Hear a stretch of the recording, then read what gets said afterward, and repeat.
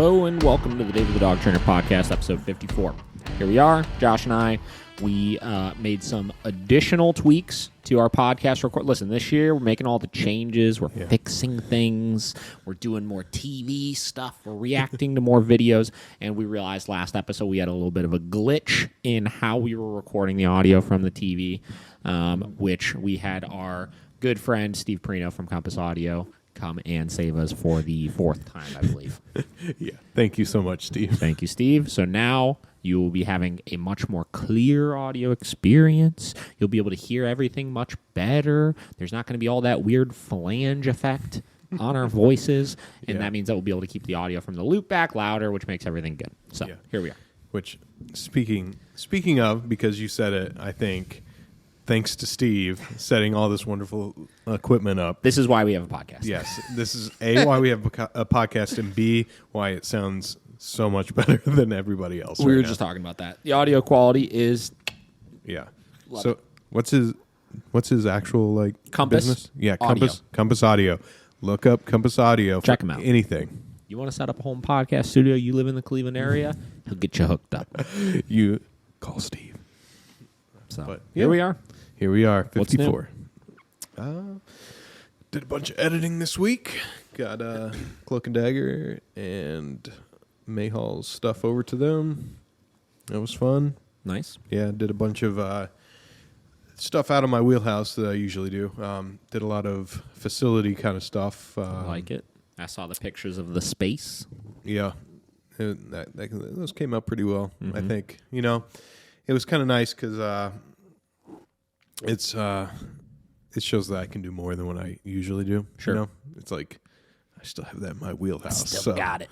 Still got it. Yeah, so I think that's still something that I'm going to put and speaking of my website, it should be done very soon. She was texting me all kinds of questions last night for finalizing to put together so I can put more stuff on it. So in my packages, I will have facility photos as well, I think. So I like it. You know, it's funny, speaking of things that you used to do that you don't anymore. I got to dust the cobwebs off. So I, due to some circumstances, I acquired myself in the month of February, 5 board and trains that I need to train myself. And it's funny, I was talking to I believe it was Kayla and Sarah at the facility the other day. I was like, God, I stood up and I was like, yeah, I gotta show these young bucks I could still train 5 dogs at once. Oh man. Yeah, you haven't had to do that in a while. No, yeah. So, and I know that doesn't sound like a lot, obviously, but on top of a lot of the other things I need to do on a day-to-day basis, it'll be quite the month, I'm sure. So, follow along on the vlog to see all about it. Here it is. You know, what perfect timing. Yeah, we just started the vlog. That's it. Vlog's been going good. We had a pretty solid episode yesterday that we filmed that's going to be going up today that I'm excited to show everybody. And today's podcast, we're going to discuss I'm going to play a real quick little segment from the vlog number 6, which we just put out the other day, because there's a funny part at the end of it that's going to segue into something that I want to talk about today. So okay. I got plans. You know, I feel like the opportunities are now endless. You know, when we used to come in, we're like, what do we talk about? Blah, blah, blah. I don't know. Yeah. Now we can talk about fucking anything. I know. We can pull up anything we want. Yeah, anything. Endless opportunities. Endless possibilities. Yeah. You know what I really like? I really like the thumbnail that she did, the vlog dog vlog, and then the 006. Yeah. That was pretty the 00 cool. was my idea, but I like the rest of it. Ooh, okay. Got to take your credit. So, What else? Oh, I have officially joined the Apple Watch family, and I've officially joined the iPhone 13 Pro Max family. See this? So I had my iPhone 10 for the last, 3.5 years, something like that, and my screen was my camera just shattered on it, so I couldn't use the camera anymore, and finally I decided enough is enough. I should get another one. So I got it. This thing is a goddamn tank. I'll tell you that. It looks like it. I will tell you that. So it's a 12 or 13? 13 Pro Max. Jesus, man, I can't even keep up. I got. Is that the 12?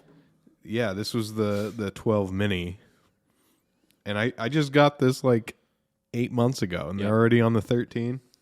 Crazy. That's crazy. Anything else to note? I don't think so. Cool. A lot of snow here in Cleveland. We do have a lot of snow in Cleveland. 1.5 feet. All right, so here's what we're going to do. We're going to play a couple things here real quick. All right. I'm going to pull up. See, look, I can get real crazy with this now. Instagram. I wonder, can you pull TikTok up on this thing? Yeah. I'm sure you can, right? Mm-hmm. Profile. Let's pull that up as well because I think I'm going to need that. TikTok. I'll tell you, I am still extremely TikTok illiterate. Yeah. Log in. Let's see if I even know the login credentials for this. Continue. Use. I think this is what I want. No, wait. What the? How do you? Maybe just try Instagram. Wait. You think that would work? It depends on. Couldn't log in with Instagram. It's no Oh. longer supported. I'm so confused. Why can't I just type in my stuff? Use phone number. Or you can log if you click there. There we go. That's what There. we're looking for. Miracle Canine Training. Let's see if I know the password. Oh, you gotta Jesus, what is this? Yeah, you got to put the puzzle piece now. I've never seen that before. Yeah. Oh, there you go. Wow. Ah. Mother effer. Let's try something else. Another puzzle piece. Let's see, can I do it? Verification complete. Mother effer. Ooh, only 5 chances left. Yeah, let's see if I need the full thing. See, I don't even know my login information. This is a problem. You were even off on that one. It was just like, yeah, that's good. Yeah, this is a. Are you freaking kidding me right now? Might have to text somebody. Hold on. Give me a second here. We are we're having technical difficulties with the Technical TikTok. difficulties at Miracle Canine Training. So username is just Miracle Canine Training. Mm-hmm.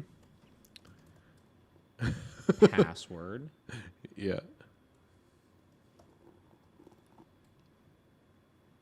Mother freaking effer. Let's see.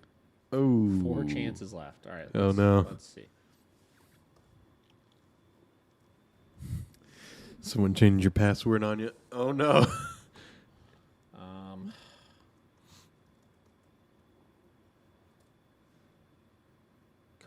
I hate that it gives you the verification thing, even though if it's right or wrong. That does drive me crazy. I have 2 chances left. Okay. Oh my god, this is insane. Why do I not know this? How do I? Is there like a forgot password? Let's see what we got.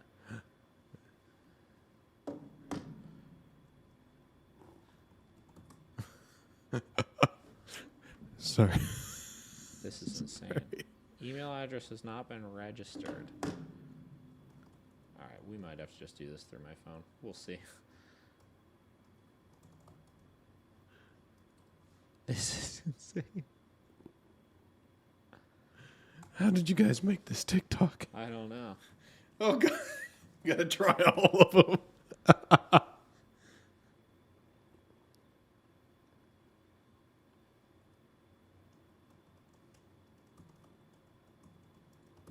think I tried this one already, though. You did. I'm so confused. You're gonna have to text someone and be like, hey. Okay, listen, we're going to say screw TikTok right now. Yep, no TikTok for you guys. I'll Sorry. have that ready for everybody next time. Don't you guys worry. All right, so let's pull this video up here. So this is from our vlog that we did the other day, vlog 6. Mm-hmm. Because we're starting a particular spot here with this. We gotta gonna get hit our you with that ads out of the ad. way. Hold on. Food and that. Okay. There's the red coat. It's the new red coat. The new red coat. The new one. All right, here we go. So we'll get into. So this is going to start the socialization section right now. 7:30 p.m. Late night social.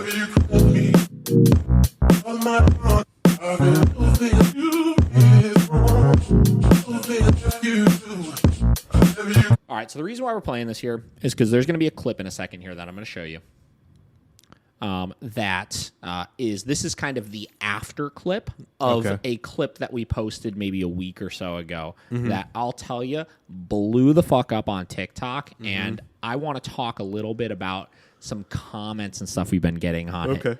And just explain to everybody a little bit of the ins and outs of some of the socialization stuff. So we'll let this play for a minute. So right now we got some different dogs. We were doing a late night social here. And basically just trying to get as many different trains and boarding dogs out socializing for the evening. Again, everybody's playing, stuff like that. And here's the thing. We're very open about all of the different socialization that we do. We're very open about how we do it and kind of our philosophies and mentalities on it and how those typically will differ from quite a few people out there in the training industry right now, which basically the old idea of socializing was basically just like you control everything, you micromanage everything, and make sure that there's no problems that way. And what we've done over the years is we've shifted from that type of an approach with our socialization to more of an approach of kind of letting the dogs figure more of it out, because I think that a lot of those older mentalities of micromanaging everything were done out of this kind of need to this need to like constantly make sure that there's never a problem because they don't understand what's actually happening in the socialization, right? So we're going to keep watching.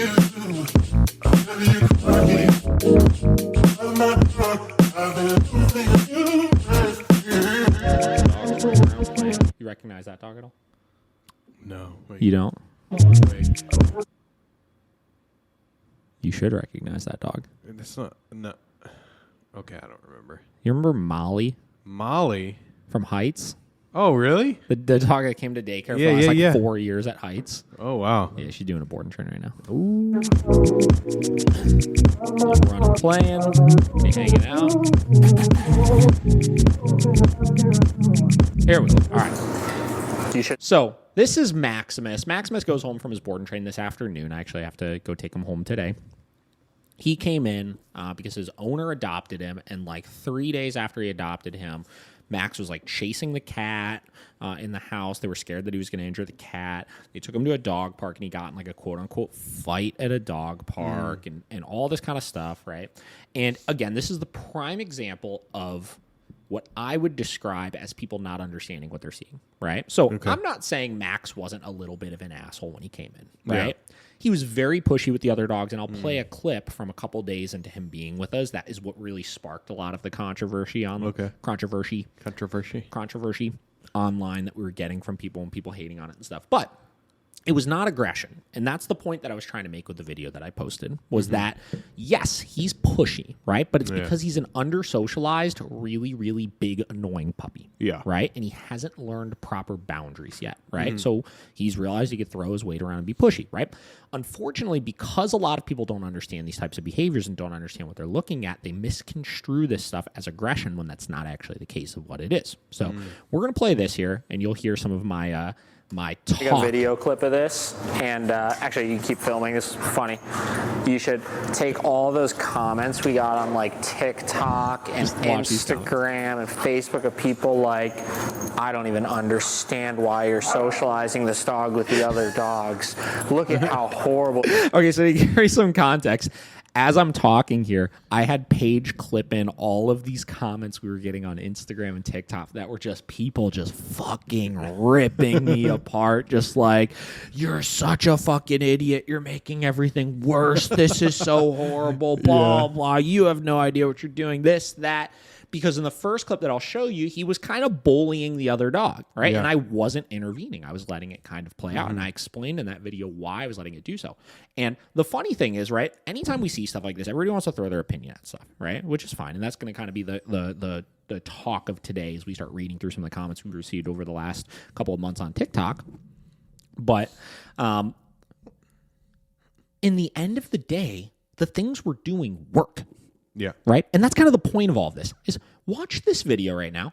So you should have intervened so much sooner. He's learned proper skills. Oh no, you're creating a monster. You're gonna get so bad. And it just put him all the comments, being a normal freaking dog playing. See? And now he's learned how to properly interact in a group of dogs. This is for the haters. Yeah. This this is another good example. This dog, Benny. Did you see the video I posted of him yesterday? Yeah. Did you? Yeah, we'll play that here today. Yeah, as I well. was going to say you should play that. Yeah. So here's the thing, right? Like, I'm not so dense to think like I'm the greatest dog trainer in the world or anything like that, right? Whatever. In the end of the day, the dog training, like I always say, is the easy part, right? Mm-hmm. But the thing is, when it comes to socialization, I'll tell you, I definitely think we're in the top percentage of people that are doing socialization work right now, because the amount of breakthroughs we've been able to have with dogs that have not been able to have these breakthroughs before because we don't do the things that everybody is telling us to do in these videos and micromanage situations, and we let dogs actually learn how to interact properly, we've been able to get such great results, right? So we'll let this play out too. So this is Benny here. Benny is a chocolate lab that's in for a board and train right now. This dog did a board and train like 6 months ago or something like that with Scott at Evolution Canine, right? And yeah, listen, here's the thing, right? Like, I'm not hating on the guy, right? But I'm just saying, right? This dog went to a board and train with him for dog aggression issues. Yeah. Right? Mm-hmm. He did obedience training with the dog. Mm-hmm. He did very good obedience training with the dog, right? Mm-hmm. The dog knows his commands and stuff like that. But I'll tell you, in this video clip that we're going to show here next, let's find it. When the world is counting on you, buckle up. Hang on. And enjoy so in this the video ride. clip you're going to see here now, this is Benny's behavior towards other dogs still, right? Because every trainer wants to focus too much on micromanaging and focusing on just management and not actually teaching the dog how to interact properly, and it's because we don't understand these things. All new so let's watch this. Lexus NX. See Moonfall in theaters. So one thing I'll see a lot with dogs like this, and the reason why we don't correct for a lot of this stuff initially, is because these dogs will get themselves into this headspace, especially after a lot of like really firm training that may have been done, where they get put into this zone where they just don't feel like they can move, right? So dogs, if they feel like they have an option of fight or flight, right? And if the dog truly is reacting this way out of fear, which we could tell he is, right? If it weren't, he would be committedly trying to attack these dogs in these situations. If flight is not an option, he's going to be more likely to try to react, to try to create that distance. But as they start to react and we let them kind of cycle through some of these emotions on their own, what we see is they finally start to realize they can move, right? So he laid down, he snapped a couple times laying down, then he got up and he's like, wait a minute. This is different. I'm up now. And we saw that behavior get a little bit more intense initially because it kind of startled him. But over time, how this progression will work is now he realizes he could start to move around a little bit, which means that he'll be more comfortable to actually engage with some of these dogs. Or if he starts getting stressed, he'll start realizing he could actually create distance on his own. And now we see these conflicting emotions. Like, look, his tail's kind of like impulsively wagging, which doesn't mean happy. Let's not misconstrue it. But that kind of awkward, low swish that he was doing there, and how it's going like up, down, So moral of the story here. The dog has bad aggression issues still, right? And it's as I'm explaining in this clip, right? It's a fear aggression, right? I don't think he actually wants to injure other dogs, which is why, originally a lot of people ask, why doesn't he have a muzzle on? Well, he had a muzzle on originally. He wasn't doing anything with the muzzle on. He just shut down with it on. We took it off. As soon as we took it off, he displayed these behaviors. This was the first session that we did off muzzle with him, obviously. We put it back on for a couple more days. Then when we took it off that second time, that's when he really started to open up, you'll see. Bared, not teeth bared, wagging clearly again. Still this having like aggression issues, right? Yeah. Clearly still trying to bite other dogs, clearly extremely uncomfortable with other dogs, right? Yeah. And, when you get into our philosophies on dog training, right? Like, obedience training is really important, right? It's important to have control over your dog. It's important for us to make sure that our dogs understand how to comply with commands. And, when you and Steve came in this morning, like my dogs were in downstays and they held their downstays when they came in because, you guys need to come in, you're bringing stuff in. I need to be able to manage that situation. And it's not like if my dogs were free, they would have been doing anything wrong, but they may have just been in the way at that point, right? Yeah. So obedience training serves its purpose in those types of situations. When you take your dogs out into public, it serves its purpose of, even though if they were free and sniffing things and stuff like that, they wouldn't be doing anything incorrect. Yeah, exactly. It's not appropriate in that situation, right? But in the end of the day, behavioral issues that we have with our dogs shouldn't be solved with obedience commands. And most behavioral issues we see with our dogs when it comes to rehabilitation related things are socialization related things. The dog not understanding how to socialize with something properly, right? Yeah. And here's the problem, right? Yes, I want to be there to help influence my dog's behavior. I want to be there to help my dog make good choices, right? But in the end of the day, if I'm micromanaging too much and doing too much of what everybody says you should do or you shouldn't do when it comes to socialization-related things, I become contingent on everything needing me present, right?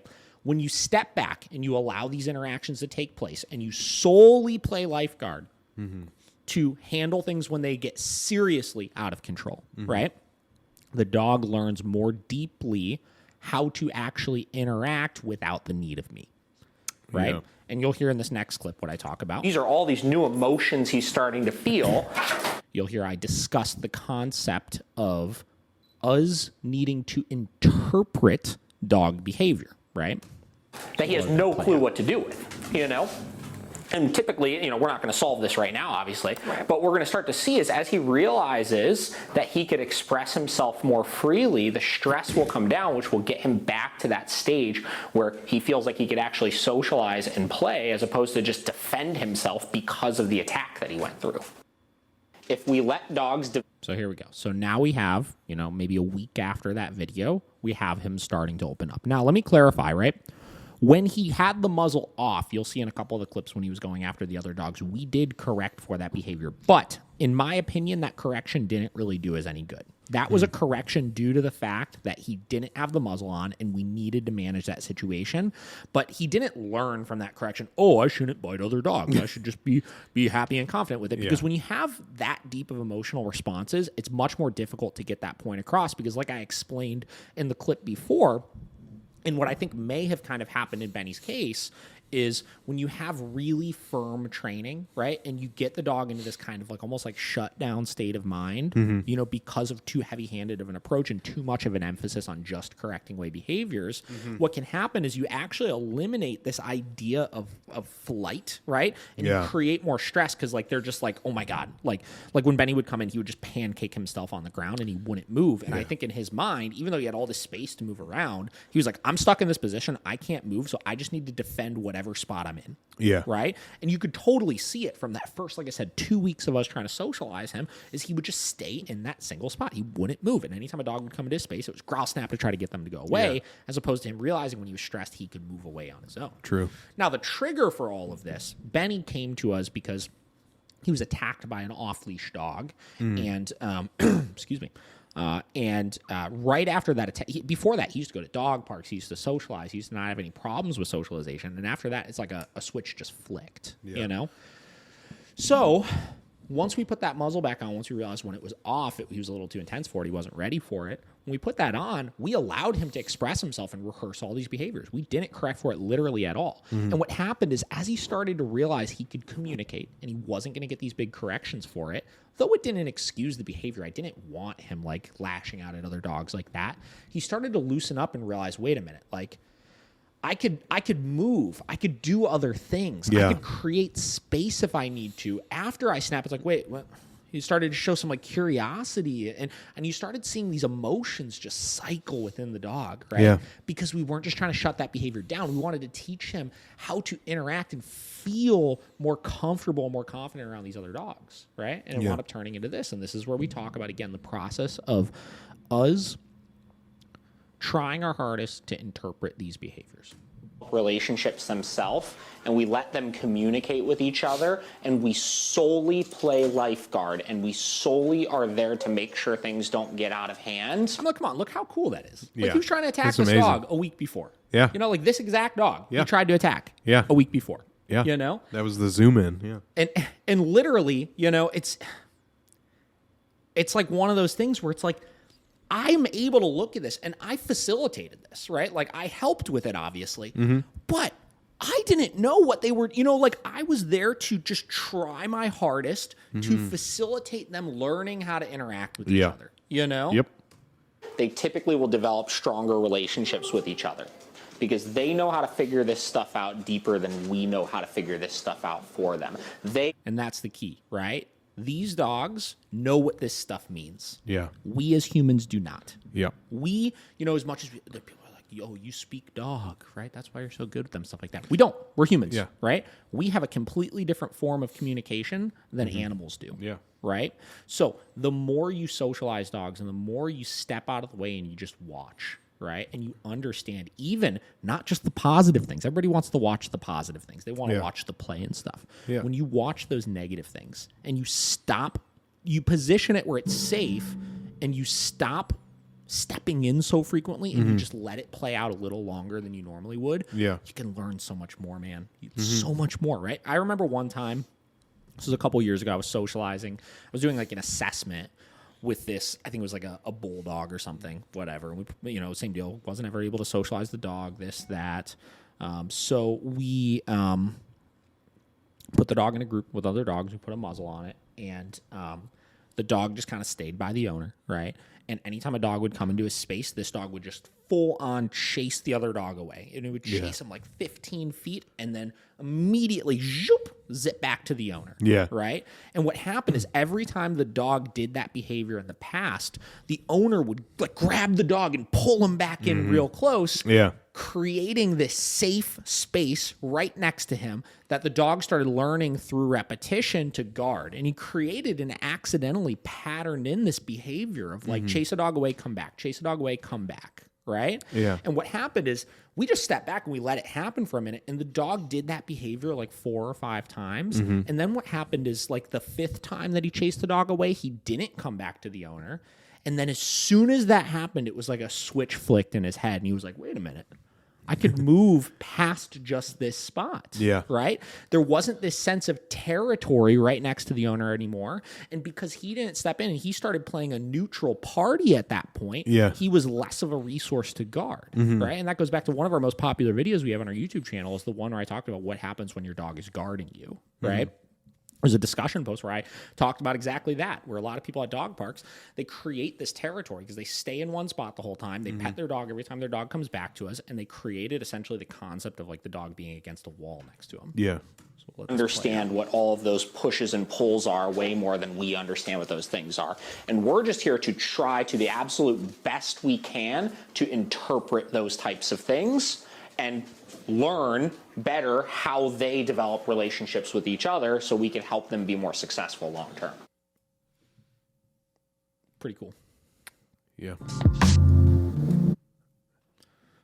All right, so now what we're going to do, so we kind of, we went from obviously Maximus, the annoying puppy that we talked about, everybody shitting on me over, right, to Benny, right? And I kind of use that as an example to show you, like, we actually know what we're doing with this kind of stuff. So now we'll go back to the original post, right? I'll go to our Instagram page here. Where's it at? Got a comment on, is it Benny, the second one? Benny, what?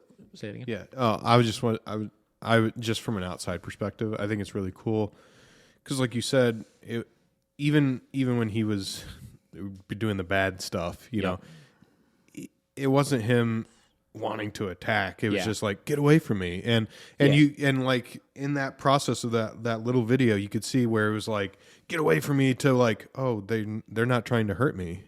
Like you could see the cogs going around, like you said, the communication between him and those other dogs. And then he realized, oh, you guys aren't that dog that attacked me. Like, it's not the same thing. Like, you guys just want to play. And like you said, if you're always stopping that, you're never going to get that breakthrough because he's never able to communicate with a dog. Aggression is such an interesting thing, right? Because, I talk about this a lot. And again, I don't excuse it. I'm not excusing aggressive behaviors, right? Regardless of if the dog is fearful or anxious or just being an asshole or dominant or this or that. Aggression, it's not okay, right? It's not something that I want the dog to be doing. But, right, an aggressive behavior most times is a behavior that the dog is trying to help themselves feel more safe by doing, right? And very infrequently does it involve the dog ever wanting to attack, ever wanting to injure another dog, right? Or a lot of people say, oh, my dog wants to kill every dog that they see. Very, very infrequently is that actually the case, right? And similarly to with humans, for example, right? So let's look at what we would consider to be a aggressive human, right? When we say aggressive human, does your mind just go to the bully that's like probably a little insecure and like being an asshole and just like wants to fight everybody at the bar to like show his macho-ness? Yeah. Or does your mind go to like serial killer? You know what I mean? Yeah. Right? So even how we like, you know, again, I try to humanize things sometimes because that's how I feel like everybody looks at things like, you know, anymore as far as when it comes to dogs, right? Mm-hmm. And when we look at that, right, even some of the most aggressive people in the world, you know, they can even be, quote unquote, rehabilitated pretty successfully by just learning some of their behavior doesn't work and by encountering a person that's not going to be essentially scared off by that behavior. You know what I mean? If you look at somebody that's being all macho and tough guy and this and that, and you don't add more confrontation to the mix, but you just frankly have conversation with them and learn to understand them better and stuff like that. You know, I have some friends that I would consider to be like that are some of my best friends that I have, right? And have learned over time by making better relationships with people and by interacting better with other people to be less like that, right? So I look at this stuff the same way. That's why I think aggression is so interesting, right? Because we look at it as such this extreme thing, but it's such a spectrum. You know what I mean? And the ones like the 1% aggression cases that a lot of people really think about when they look at these types of things that actually do want to like kill people or kill dogs. It's just like that's just like such a different conversation. You know, it's not what we're talking about in these kinds of cases, right? And zipping this back to again. You know, if we're looking at these types of cases as like, I have to be the one that micromanages everything with this and I have to be the one that like solves all these problems, you never teach them to work past this. If anything, the overly controlling parent or partner that tries to micromanage the aggressive human ends up coddling it and making it worse, right? As opposed to that person needing to get just kind of thrown out on their own and figure it out and learn how to interact with people in a proper way. So, I don't know. We're kind of going all over the place with this, but I think it all correlates to the same thing. You know? So, here's the original video.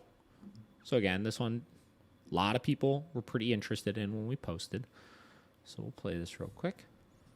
Let me turn the audio on. This could look All right. How do I start this again? Here we go. All right. really scary. I mean, he's all over the back, and he's kind of He's almost annoying mounting the him a fuck little out and of stuff. Little Huey here. But because we've seen this behavior so many times, we know this isn't something to be scared of. Now, that doesn't mean that I'm not going to need to step in a minute, tell him to chill out a little bit, because he is getting pushy if he doesn't start respecting the cues that Huey's giving him. But this is not a behavior we would typically be worried about, as long as you just kind of let it play out. Now, when people start seeing that snapping like Huey did, and you see he's starting to show the teeth and everything, this is where most people are like, whoa, they try to step in and separate the dogs and this and that. But in actuality, this is just a natural part of the process of them learning how to communicate with each other. And then taking this one step further, right? So a lot of people, you'll see the comments that we were getting were saying, oh, like, this is how you create a monster, as far as like from Huey also, you're letting this dog annoy him. And what happens when those snaps turn into, you know, him attacking them and stuff like that? Listen, guys, that's where you get into, like I said in the video, knowing the dogs you're working with, right? Yeah. I know Huey is not a dog that's going to just maul this dog when he starts annoying him. And if anything, in some cases, when you're dealing with a dog that doesn't have much malicious intent and is just an annoying puppy, and you're dealing with a more insecure dog, like Huey took a while for him to kind of come out of his shell with other dogs. And the reason why he wound up coming out of his shell is because dogs pushed him, right? Yep. He was repeatedly pushed by other dogs where he didn't like it. And over time, he realized, well, you're not going to handle this. And because I knew he wasn't going to like attack the other dog, he's like, I'll actually start to try to interact back. And he started learning, same deal, how he can communicate more successfully with that other dog. Yeah. Now, again, if you don't know the dogs you're socializing, right, you can't really do it this way, right? If you're, you know, if you have a dog that has a history of mauling other dogs, right, you can't do it this way, right? But at that point, even if, let's say, Huey turned around and just full-on attacked this dog, in a lot of trainers' minds, they would be like, oh, well, that's the brown dog's fault or the tan dog's fault because he was pushing him. No. Full-on attacking another dog is never an appropriate response in this type of situation. That would be a Huey problem still, and that would be an issue that I would go to address with that dog at that point. I want to see here, again, how he starts responding to those cues. You know, he's letting him know you need to kind of back off. Now, if he doesn't start respecting that in a little bit, that's where it would be our job to kind of step in and start communicating those boundaries and helping him out. frankly, if you don't understand this Now, kind of in the behavior full good video enough, of this, what wound up happening, like in the actual vlog clip, is after about 5 minutes or so, two things happened. One, Maximus, the bigger dog, realized that, well, I'm not getting anything out of this dog. So he started leaving him alone organically, right? Yeah. Which was the first step of him learning that you can't just essentially push behaviors out of everybody, right? You know, some dogs are just going to be non-responsive and neutral to that. And it's not exciting for you anymore, and then you stop doing it. What happens in his head, it becomes non-reinforcing, right? He starts realizing, well, that didn't work, so I'm going to be less likely to try it again in the future, right? Yeah. In addition to that, Huey started getting more comfortable and actually started showing a little bit more signs of wanting to interact with him and stuff as he stopped pushing on him. Yeah. Right? And this is, again, as we watch it, instead of stepping in and thinking, I know what's going on here, because I don't, right? I'm trying to interpret what was going on here, right? Exactly. But because I let it play out, I was able to see that Huey wasn't going to attack him, right? And Maximus wasn't going to attack him, right? What really needed to happen is they needed to realize that, hey, I'm not interested in this kind of play style from Huey. And Maximus needed to realize, hey, he's not interested in what I'm giving him right now, so I should probably chill out. And then once the dogs found a more balanced level place, everything kind of calmed down. We had another freaking dog that made massive progress with this as well, right? So this guy right here, this is Rocky, right? Rocky is another dog that was in for a board and train that just went home maybe a week ago, right? And Rocky was here for dog aggression issues. Rocky looked very, very similar to how Benny looked, right? We had to muzzle him. He was trying to snap at every dog he would see. He was trying to keep them out of his space and stuff like that. And again, what we wound up seeing, I don't think I have a video on here of it, but it was on the vlog as well. But what wound up happening is over time, as we allowed them to communicate with each other and we didn't step in with those things as well, they started socializing just fine. Actually, I think I do have a clip of it. Where's it at? Yeah, this one. So this was at the end. If we let dogs develop relationships themselves and we let them communicate with each other and we solely play lifeguard and we solely are there to make sure things don't get out of hand, they typically will develop stronger relationships with each other because they know how to figure this stuff out deeper than we know how to figure this stuff out for them. They understand what all of those pushes. So again, moral of the story here, socialization, right, is deeper than we think it is. That's just kind of the point that I'm trying to get across with this, right? And I'm just kind of reiterating points right now. But what I want to do is I want to go through our TikTok real quick here. It's kind of funny though, thinking that video before of those two like trying to figure out each other, that people would stop that, you know, like because people are scared of it. I know. That's all it is, you know? Yeah. We're scared of this kind of stuff, which is why we step in and do it, right? I worked with a client the other day who adopted a dog, right? Adopted a dog that I knew that we had boarded a couple of times, right? And the dog is a very playful dog, but a very intense player. Right? Yeah. And they have another dog, and they were like, you know, like, we just don't know where to step in with the play. Like, they get really rough. They do that. They get on the back of their legs and, like, you know, push each other and stuff like that. And they were like, you know, it scares us. We don't know what it is, right? And that's okay. It's okay to say you don't know what it is. Yeah. And it's okay to not do it yourself until you know what it is, obviously. Yeah. But we took another dog out. We let them play. They played like freaking psychopaths. And I explained how to understand each of their play styles so that you know, like, this isn't going to equate to a massive fight, right? When Waffles and Vera play, they get really crazy. They're biting at each other. He's biting her leg. She's sticking his whole head in her mouth and stuff like that, right? And if you didn't know the dogs, it's like, well, what if this turns into this? And it's like, well, you be prepared to address it if it does. Yeah. But until you know that, you can't go into it necessarily with that mentality, you know? I guess. So if there was somebody at home that has a dog that needs to kind of work through some of this stuff, what would you suggest for them? So there's some key steps with this, right?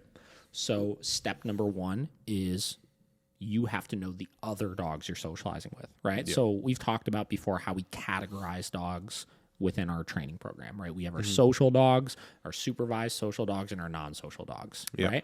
Socialized dogs can always be mixed together, right? Because those are the ones that, like, under 99% of situations, nothing's going to happen with them. Yeah. Right? Even if a dog tries to attack them, there's a very small percentage of a chance that they're going to try to do something back. Right? Or supervised dogs are the dogs that are pretty good in most situations, but you have to keep an eye on them because there may be a potential something happens. So where Benny's at right now, I would classify him as a supervised dog, right? Rocky, I would classify him as a supervised dog. Maximus would be a social dog in my eyes. Like, he never really had a big issue with things, right? But it's something where as they're working through stuff, if they have a history of these aggression issues, I typically would classify them as supervised just until I've really had a long enough history of success where it's like, there's no longer problems we're having. Yeah. You know? So first off, you have to know the dogs you're socializing with, and you have to do a mental calculation of the other dog you may be socializing your dog with. Which of those would they classify as? And if your dog has a potential of having any issues, you should only socialize your dog with what you would consider to be a truly social dog. Right? Yeah. Second thing, and I talked about this as well in the vlog episode where I was socializing Maximus. I was like, we're not throwing dogs in all willy-nilly. You know? Exactly. Yes, we need to just put them in and see what happens, obviously, right? But I'm not just throwing him in and like, fingers crossed, I hope something doesn't happen kind of thing. Yeah. Right? I started the training process and I got him to a place where I knew I had enough communication on him where if I absolutely needed to do something, if I needed to step in, I could. Right? So second thing is make sure you have an e-collar on your dog, right? Have it set all the way up as a just in case your kind of emergency brake, right? And you can actually see in the Benny clip, right? Let's play this one more time here. If I did not do that with this dog, there would have been a big problem, right? Because I had enough communication on him where you'll see right here, look at that. That was me giving him an e-collar correction right there. Yeah. Right? When he tried to go after the other dog, I was in a position to be able to stop it when it happened. Yeah. Right? Which is why it was safe enough to do. And the other dogs I were using, I knew were social dogs that if that were to happen to them, that they weren't going to fight back. And it wasn't going to turn into a big problem. So I can keep all of my attention on Benny in that situation. Right? Okay. So e-collar on your dog, second thing. And that's why I was really glad we got some of those clips because it was good to see, right? This is why we do this stuff in this particular order. Yeah. Right? From there, you need to make sure there's no outside factors at play. No resources, no food, no toys, no affection. That means you don't fucking interact with the dogs. That's the biggest thing. That's what creates most of the problems in these situations. I use the example of the assessment I did where the guy pulled the dog back and pet the dog every time he was near him, which created that sense of guarding him, right? From there, safety protocols. If you think your dog actually may injure another dog, use a muzzle. And then from there, you just let it play out. And you just don't do anything. And you just watch. That's it. And if you don't know what you're seeing, and if it doesn't go well, and if you really feel like I absolutely need to step in and intervene, videotape it or something. I tell people all the time, videotape it and send it to me. Yeah. Listen, fair note to everybody here that may be listening to this. If you videotape something you don't understand by your dog and you literally DM it to me, whether I know you or not, I'll probably reply to you. And I'll probably use it on the podcast as a good instructional content, and you'll get some free advice out of it. There we go. So videotape it and send it to me, right? Yeah. And then, you know, a professional can help you decide if there's something further that needs to be done from there. Yeah. Right? But again, most of these dogs are not the 1%ers that are that serious. Yeah. Most of these dogs just need you to just chill for a minute. Yeah. You know? Yeah. And just kind of let it play out. Yeah. And honestly, if you have that 1% dog, you will know. You will know. Before you 100%. Get there. Yes. So. Cool. I think that was good. Yeah. Pause for a second. All right. So we are going to now, we're going to get into some of the comments here. So I want to break down some TikTok comments we got. I'll do some responses to them. Honestly, like I stay off TikTok for the most part. One thing I've noticed of TikTok so far, you know, our following count has gone up a little bit. We have like 10,000 likes, like almost 3,000 followers, stuff like that, right? And we get a ton of comments. And I respond to every comment we get on Facebook, Instagram, YouTube, things like that. I've stayed off of this, though. Because one thing I've noticed is just, holy shit, do people have an opinion on there, right? And it's like nothing is productive on it, right? Like, we get good comments, we get good conversation and stuff like that through the comments on our Instagram, on our YouTube, stuff like that. Dude, you thought YouTube was the Wild West of comments for a while? Freaking TikTok, bro. Oh my God, everybody's got an opinion. If you go on everybody's page, everybody that has an opinion, they're not dog trainers. Some of them are dog trainers. Most of them are not, right? So we're going to go through some of these, right? Okay. And we'll take these video by video, right? Because I think I have the video for each one. up over here, right? So Okay. these first couple comments we got are in regards to our pet corrector video that we have. Where is it? It's down here. Dude, this video, of all the videos that could have caused a freaking ruckus, dude, this one caused a freaking ruckus. Okay, so let me give everybody some context here right now, right? The pet corrector is a can of compressed air. Yeah. Right? It literally is air. Air. You never use a keyboard cleaner? Yeah. It's that without the chemicals. It's that. Yeah. Right? And basically the idea behind it is, you kind of have two ways to create inhibitions for behaviors, right? You can either use some sort of physical discomfort, which would be a prong collar, which would be an e-collar, et cetera, right? Mm-hmm. Those tools use discomfort to stop behaviors. Yeah. It makes it uncomfortable to pull, it makes it uncomfortable to jump, et cetera, et cetera, et cetera. Yeah. Or you could use a type of behavior that startles the dog. Or a type of correction that startles the dog. Pet corrector would be that type of consequence, obviously, right? It doesn't create any discomfort, but the loud burst of air, whoa, startles them, right? It's kind of like if you have, you meet people that startle easily, like Kate is like this. If you stand 20 feet away from her and she doesn't know you're there and you say, hi, she'll go, wow! Right?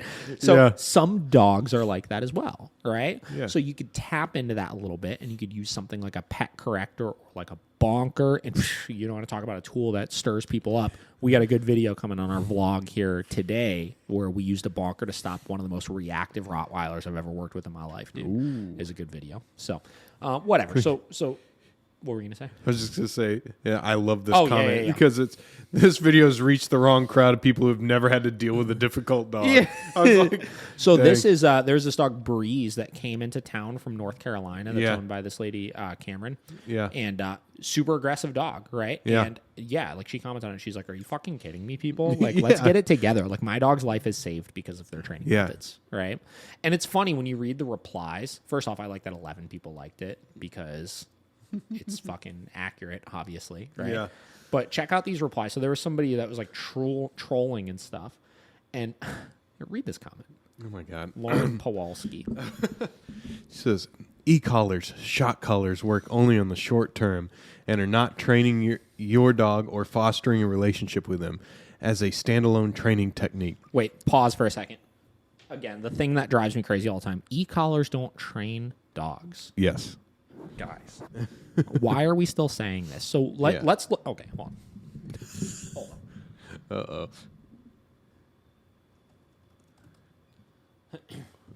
Where's he taking us?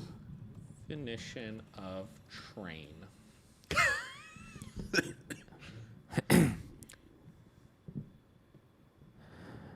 Would you like to read it or would you like me to? Number one there? Yes. Train. What is the definition of train? Train is to teach a person or animal a particular skill or type of behavior through practice and instruction over a period of time. So, should we look up the definition of instruction? Yeah, sure. Direction or order. Detailed information telling how something should be done, operated, or assembled, a direction or order. Does this say anything about how that direction or order should be given? No. Should we look up the definition of direction?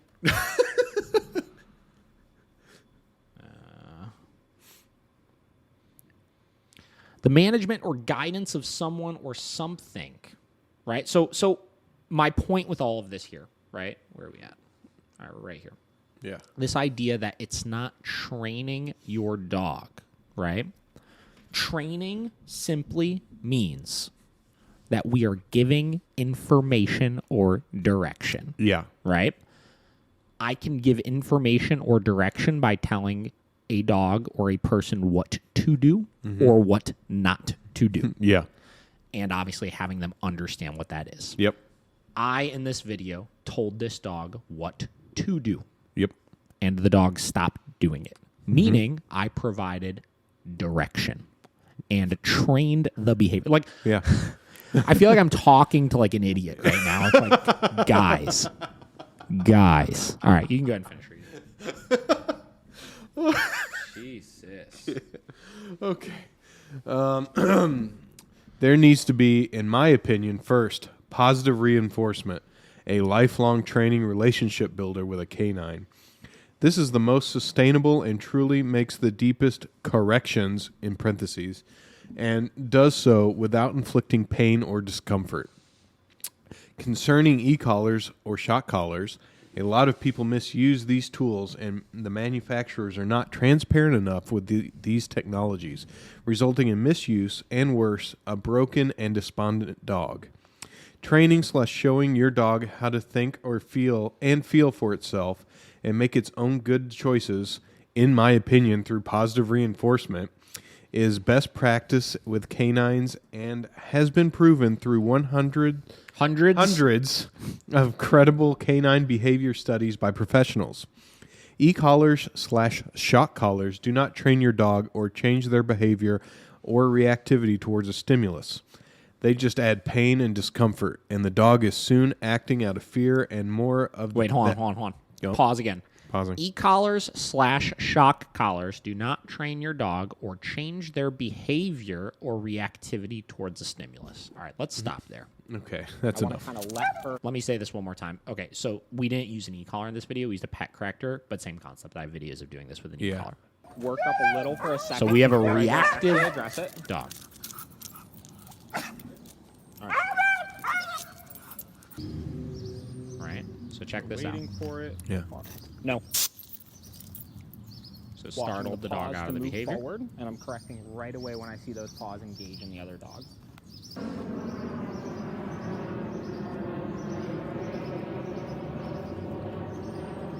Staying totally loose on the leash, obviously. I don't want her feeling any sort of restriction here, right? No.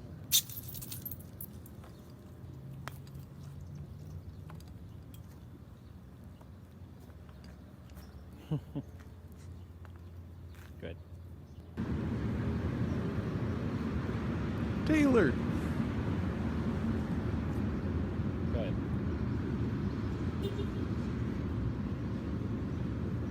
Oh, look at that. All right, let's pause for a second here. All right, so let's go back to this. E-collars / shock collars / pet correctors do not train your dog or change their behavior or reactivity towards a stimulus. I want to kind of let her work up a little for a second before I go. I see a dog reacting. I see a correction given. And then I see a dog no longer reacting and actually looking at me. Wow.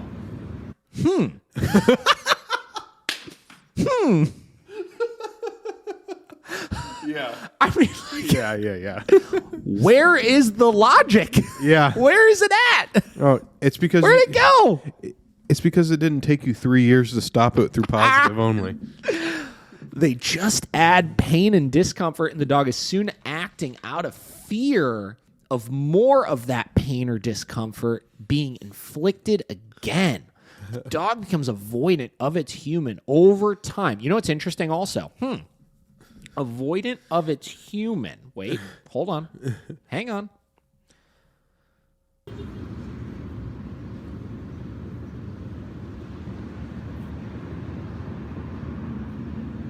Hold on. Oh, checking in with me. Oh, making eye contact. Oh, doing all of the things that we actually want the dog to do that you tell me that we should actually be training the dog to do in the first place. Yep. So you're saying that corrections can create engagement? Whoa.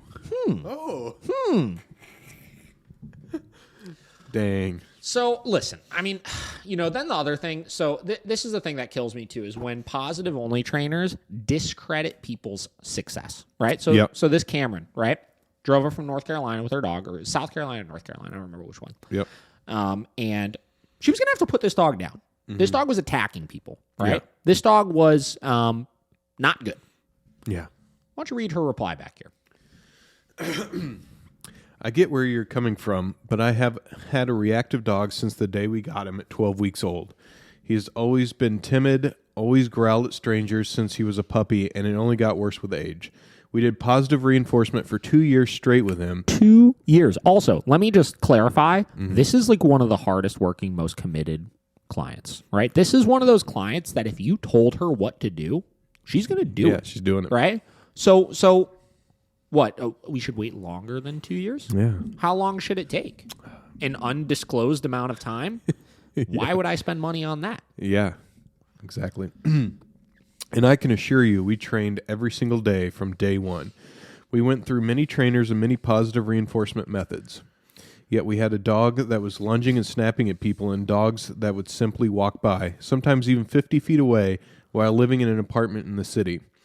We couldn't leave the apartment without a muzzle. My dog has even tried to attack my own brothers. They've never done anything to him, and they've done everything I have ever asked of them to try and help their relationship. There comes a point where you simply cannot rely solely on positive reinforcement for a dog like mine. The e-collar doesn't change his mind about those people, but we don't let people pet him. Oh, sorry. Doesn't change his mind. This part is key here. Yeah. The e-collar doesn't change his mind about those people. Yep. But it does change the control we have over him. Yep.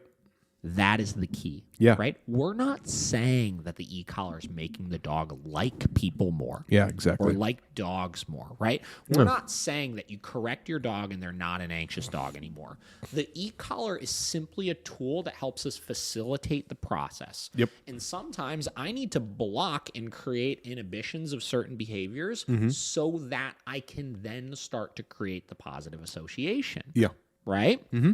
I'm not saying positive-only trainers are wrong by saying create a positive association with things. Yeah. I'm saying they're missing the key point, which is you can't create a positive association with something when you don't have any control over your dog. True. That's it. Yeah. All right, go ahead. Let's see. Right here. We don't let. Oh yeah. Well, we don't let people pet him, and we always have his back.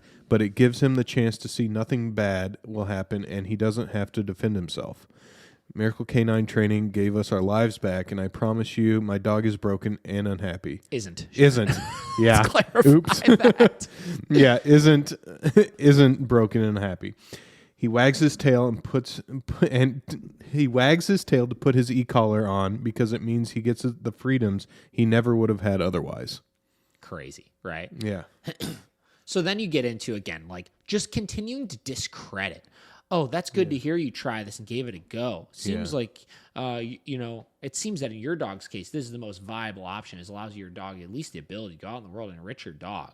I'm also afraid of how these dog trainer videos, simpleton methods will affect dogs and their owners and whatever. So just stop. Oh my God. She doesn't stop, right? Like, it's like, the thing that kills me, too, is, like, you go to some of these people's pages, right? This person is clearly not a dog trainer. Yeah. Right? So, like, how do you have such a strong opinion on something when you literally don't even do it for a living? Yeah. I don't let her work. Whatever. So, we're going to get into the comments on this particular video to start here, right? All right. Let's see what we got here. All right. How do I pull up? I got to figure out how to use this. All right, here we go. We got 26 comments on this video. Hannah and the dogs. Aaron, can I turn this off? There we go. Hannah and the dog says, "What the fuck is all I have to say." Whoa. Right. To which somebody commented on it. K9, who only speaks facts, says, "It's literally a can of air." And then Hannah says, "Is this guy actually a certified trainer?" Getting back to the whole conversation about the fucking certified dog trainers. I'm telling you, I'm going to go take these certification classes this year. That's on my list of things to do. All right. Lisa Marie says, "The dog is obviously very stressed out after your correction. Are you certified? What training program were you trained?" Again, because that's the only thing these people have to stand on. Is, yeah. Do you have a certification? Yeah, where's your certification? Guys, there's no certification in dog training. Somebody else, "You're not fixing the dog. You're scaring them into not reacting." But I got them to stop reacting. Yeah. Somebody else said, "How on earth is this abusive? It's a correction. A correction collar is worse than this. It's air. People." Eye rolling emoji. Thank you, Rira. Somebody else. This is how punishments work. It's not abuse. You cannot verbally negotiate with a dog to not do something like you can with humans. They are opportunist. You're correct. You cannot verbally negotiate with them. Dogs only understand when we like what they're doing or we don't like what they're doing. Mm-hmm. There is no in between. Mm-hmm. If a dog is reacting, I don't like what they're doing. When the dog is not reacting, I tell them good and I give them a treat. Mm-hmm. That's how this works. Yeah. I understand humans less than I do animals. Why is her curiosity bad? Why is telling her it's okay and calming her not an option? Why 3 collars? I will answer those questions for you. The curiosity is bad because, as you can see, it's not curiosity. It's an adrenalized, aroused response that is extremely dangerous, right? Yep. Lunging, barking, growling like this dog does results in dog bites happening, results in people getting pulled over and injured, results in all sorts of nonsense, right? So it's not okay, right? That's why. And that's why, listen, if a dog didn't have reactivity and they just were like wandering around, I was like, oh, hey, look at this dog over here, and just kind of like step in the direction. Yeah. No big deal, right? Mm-hmm. That's not what we're working with right now. We're working with the reactive dog. So that's part one of that question. Why is telling her it's okay and calming her not an option? Back to what I just said, dogs don't understand that, right? Dogs only understand when we like what they're doing and we don't like what they're doing. You cannot verbally coax a dog into not doing these types of things by telling them it's okay. Nope. Because it's okay with petting is positive reinforcement. Positive reinforcement by nature means increase the likelihood of a behavior. If the dog is reacting, you're telling them this, it's okay, and petting them, you're increasing the likelihood of that behavior. It does not work. Why 3 collars? We get this one a lot from people. So first off, these 2 collars were not actually used in this video, nor were they used to stop the reactivity in this case. Our training process, technically you could have 2 collars. You could have just the prong collar and the e-collar. Our training process starts with the prong collar, right? We teach everything with the leash. We layer the e-collar into that so that it means the same thing as the prong collar. Then we fade the prong collar out. So at the end of the training process, we only use 1 collar.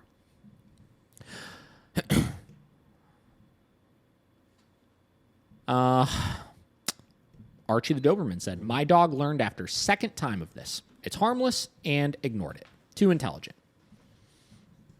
Somebody else said, totally looks wrong and definitely wrong timing. You have not impressed me. I'm glad I haven't impressed you. Dang.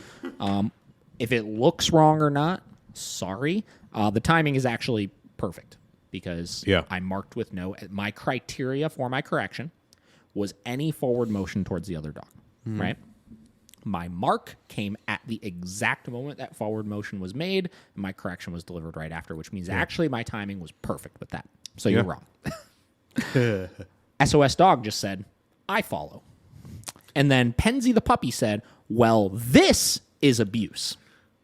Oh, okay. Girl, it ain't. It is not abuse. So there's video number 1 here. So now we're going to get into our next one here. Video we posted yesterday that's causing an uproar as well. Man, you're just ticking everybody off, aren't you? Our videos lately, because we've been posting so much, they've been really stirring the pot. But guess what? You see that follower count shooting up? You see I like it. Up? Oh, my God. Right. 1 post away from 2K. Oh, wow. Wow. I'm impressed. All right. Feeding methods to avoid resource guarding. This is my boy Maximus. Been making a lot of videos of him because he's been one of my personal dogs. He's been really fun to work with here. Yeah. So here we go. With my dogs, regardless, to avoid resource guarding issues. So commonly what a lot of people would do.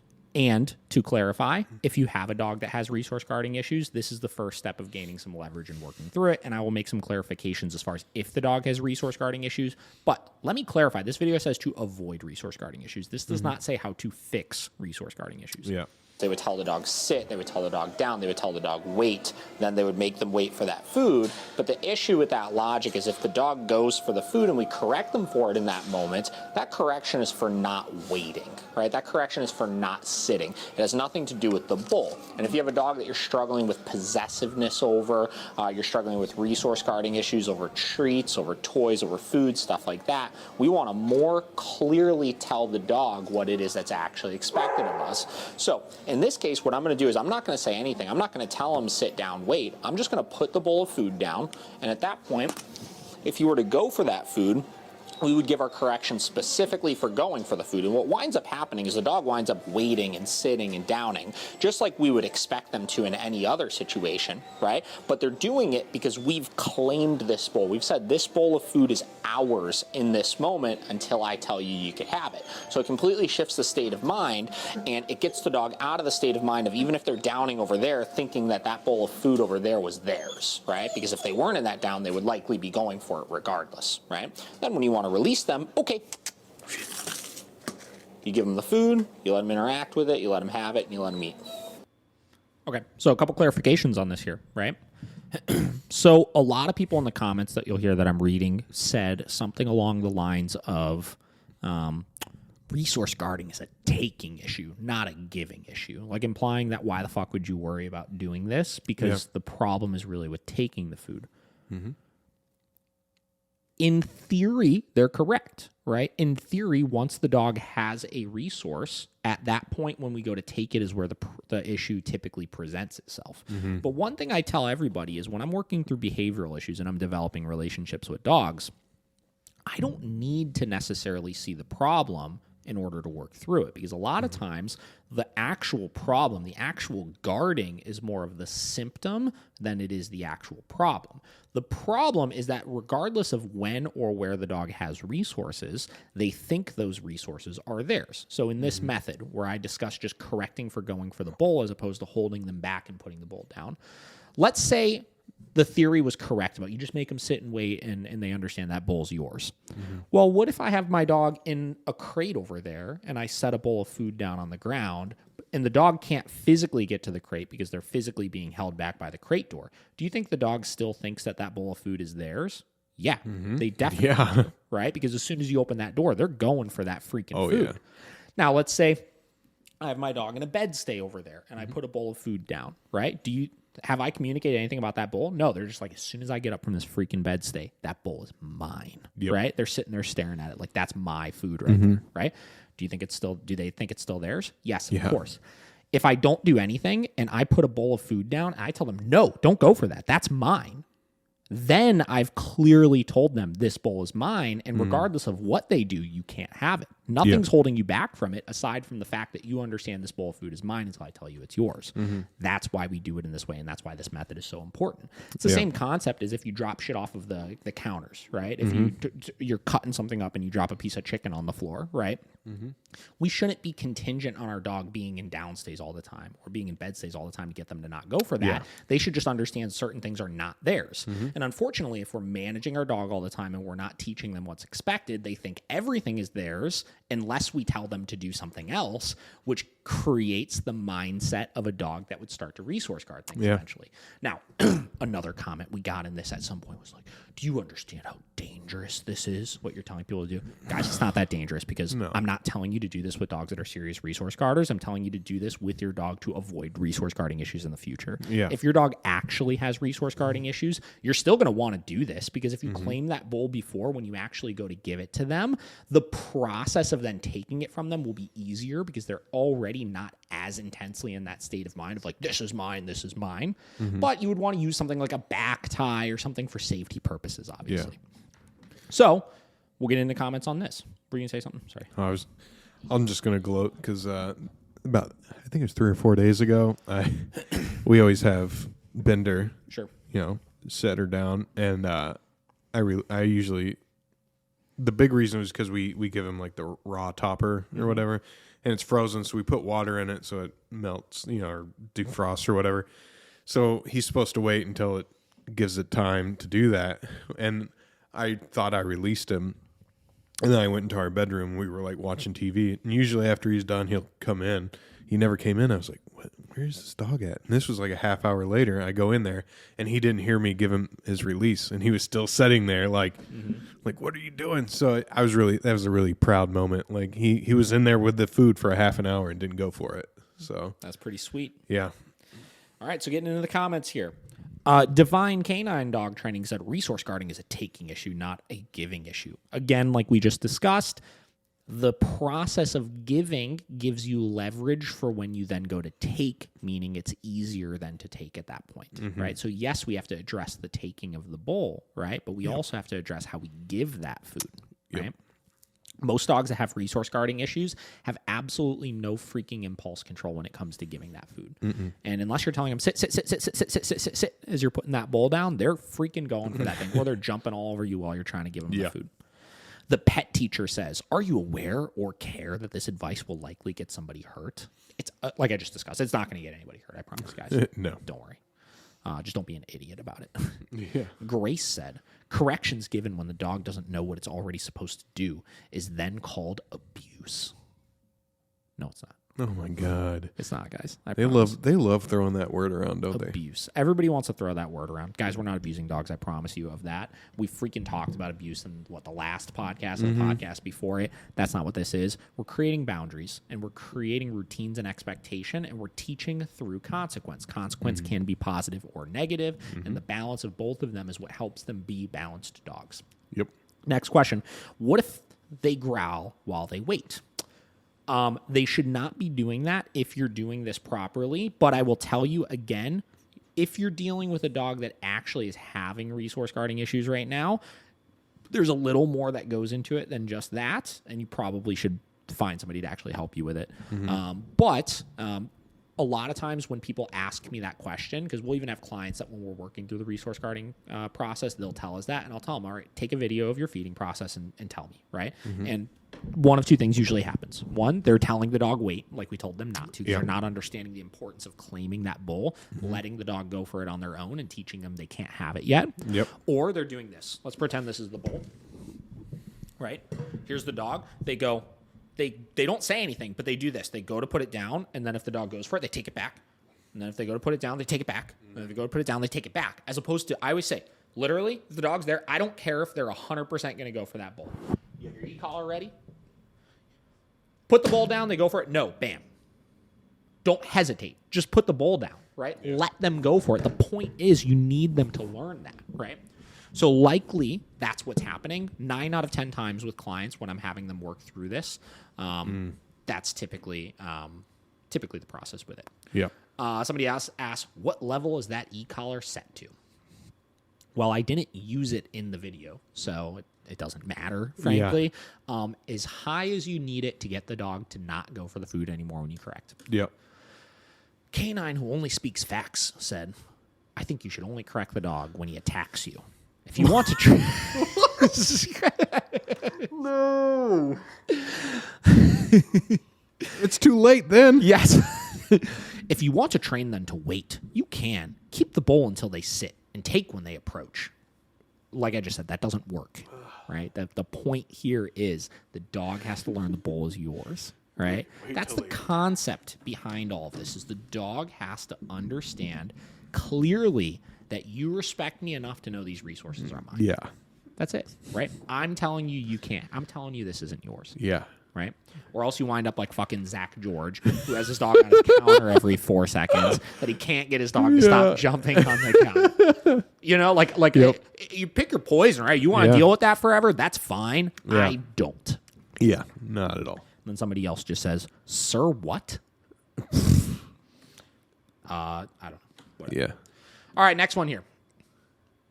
The big one that really stirred up the dilemma, like we talked about, my social, and you know, it kind of surprises me sometimes. Frankly, if you don't understand, ones that really get people riled up. Yeah. Right. This one really got people riled up. Right. All right. 1 second. Let me do a battery switch. All right. I'll pause real quick. All right, battery break over. All right, so we're back. So we're on the back to what we originally started out to do today. Right. We're coming full circle here, back to understanding dog socialization. Now, this is after I showed you guys the after video of this dog fucking crushing it right now. Let's get into the 65 comments that we received on this video on TikTok of people that really didn't like it. Again, mind you, all of these people, not dog trainers. They're not. Some of them are dog trainers. Most of them are not dog trainers. Okay. All right. Tracy says, I wouldn't let that behavior carry on like that. Okay. Cool. That's the problem. You know? And here's the other thing too, right? Let me also clarify that. If you have 2 social dogs, like there are times that my dogs are playing with each other, right? And they're annoying me. They're not doing anything wrong, but they're annoying me. So I make them stop. You can. I'm not saying you can't make dogs stop, but what I'm saying is that this is nothing to actually be concerned about. No. So you want to stop it? Be my guest. Next one. Sonny the service pup says, you should never let this happen. This is how you make that black dog fear reactive. Okay. This black dog was a little bit of a weenie from the beginning, right? He's become substantially less of a weenie. And, we're toughening him up a little bit by putting him in some of these situations. And guess what? He's made substantial progress. So I'm not worried about that black dog. The pet teacher says, this is without question not healthy dog socialization for either dog. Black dog is miserable and avoiding. Other dog is not learning proper social cues. He learned them. Guys, you're watching a 35 to 60 second fucking clip. Yeah. He learned the social cues. I showed you guys that he learned the social cues. Let's see what anybody else says. Somebody replied to them, said, if you don't push a dog outside his comfort zone, he can't be properly socialized. It's tough to watch at times, but you're building canine life skills. That's you are good. correct, canines to fur kids. Some dogs need to be pushed out of their comfort zone. Dogs that are scared of certain things, there's nothing to be scared of. Listen, this dog's not doing anything to this dog that's so traumatizing to him. No. Right? And by allowing this to happen a little bit, both of them are going to learn better social skills from it. The pet teacher replies, that philosophy increases the likelihood that one of the dogs will be attacked. Keep up the good work. Rolling my eyes, guys. Again, we get back to, we're not just using any dog for this, right? We're using dogs we categorize in a very particular way that we know exactly what they're going to do when they do it. Yep. That turned into a fucking thing between the two of them. Whatever.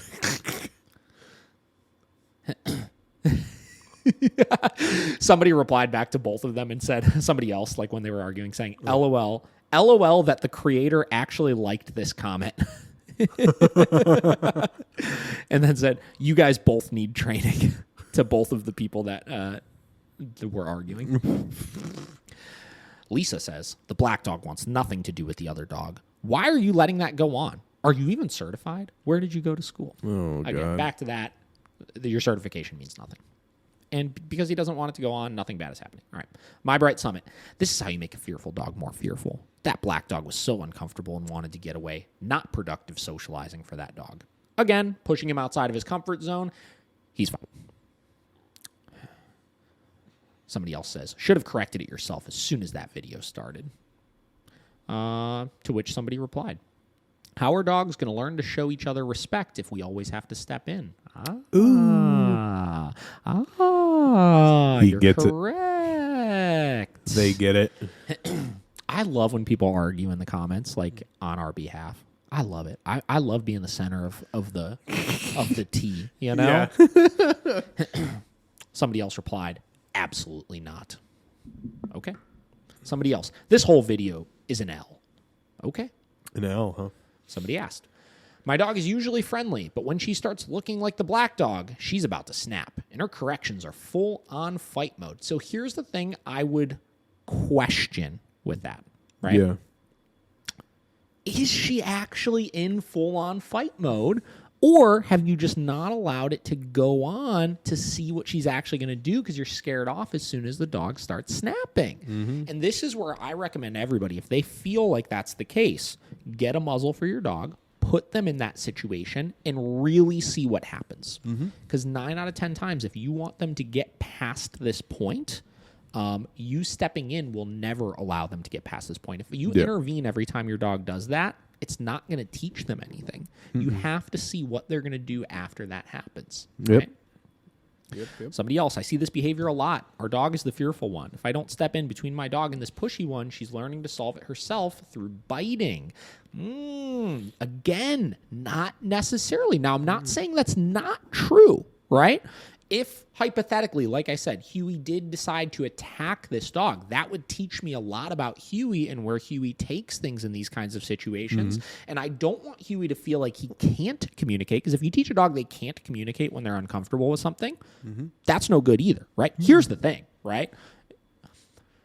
Dogs that don't know how to communicate boundaries properly and are reliant on us to communicate those boundaries properly never learn what's appropriate and what's not appropriate with those things as well, right? So I would want to teach these dogs, if that really was the case, how to respond in a more appropriate way. This one really got me when I read it. This is from Heather Beck. So Heather Beck is a dog trainer. We're just throwing people under the bus right now. Okay. Heather Beck's a dog trainer in, I think, Utah, I believe, or somewhere over that way. And she owns this company called Canine Lifeline, right? That for a while got really popular because they like started, like way back in the day when like there's this guy Chad Mack, and we'll talk about it at one point on the podcast. They started creating these ideas of dog socialization, right? They would do these large groups, and basically the concept would be, because we have such large groups of socialization, we have to micromanage everything to make sure there's not a problem, right? Mm-hmm. Heather Beck kind of was friends with him. They kind of did the same thing. So Heather still does these really massive socialization groups, and she's constantly walking around with one of those riding crops, like just like making sure there's not problems, right? Mm-hmm. So Heather Beck commented on it. She said, "I would love to see you at one of my workshops about how and when to step in. There is not much benefit for either dog here." Okay, first off, Heather Beck, go back. Aren't you still walking in circles with a riding crop? Like, smacking other dogs with it when they don't do anything wrong because you have to micromanage it or else a massive dog fight's going to break out. She also pioneered the freaking transitional leash, which like got really popular amongst like new trainers because it's a product she created and sold to people, right? So she wanted to make a bunch of money off of it. And literally all it is a slip lead that wraps around your dog's muzzle. And it's like, oh, well, the slip lead presses on, there's a calming point on their nose. So when they start reacting and they feel the pressure on their nose, they calm down from it, blah, blah, blah. It doesn't work. You're not teaching the dog anything from that either. So she really loves to stir the pot and like insert herself into drama and stuff. I remember one time, a long time ago, when I first started training dogs, this would have been like 7 or 8 years ago when I was starting Heights, and we were thinking about the idea of expanding. She had like 2 locations at the time in Utah, and I was asking for help on like what to look for when possibly building a building somewhere, right? And it was in a group that I commented on it, and Heather Beck comments on it. She's like, I've built 3 buildings lately. I'd love to give you the information on it. You should sign up for my $8,000 shadow program, and I'll tell you exactly what to look for when you're building a building. I was like, I'm not going to pay $8,000 for that. No. Whatever. So go away, Heather Beck. Greg Osborne says, if you step in as soon as it starts, what do you think is going to happen when nobody is around to correct it? They have to learn themselves.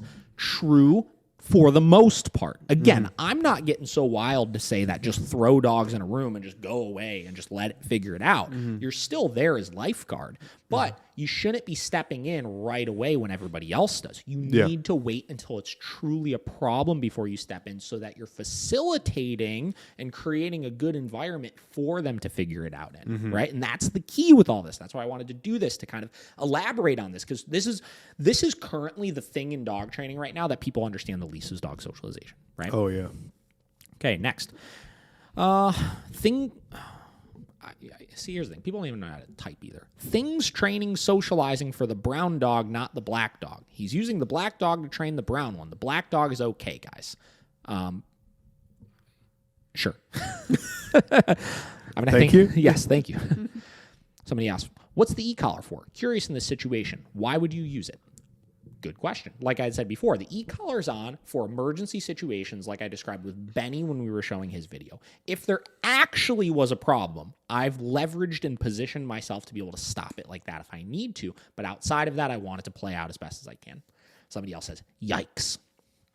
Somebody else says, my pup is just like that, and I tell people at the park to let their dog scold him because if they do, he backs off. Now, listen, that's also not the correct approach with these types of things, because here's the thing, right? You don't know the other dogs at the park.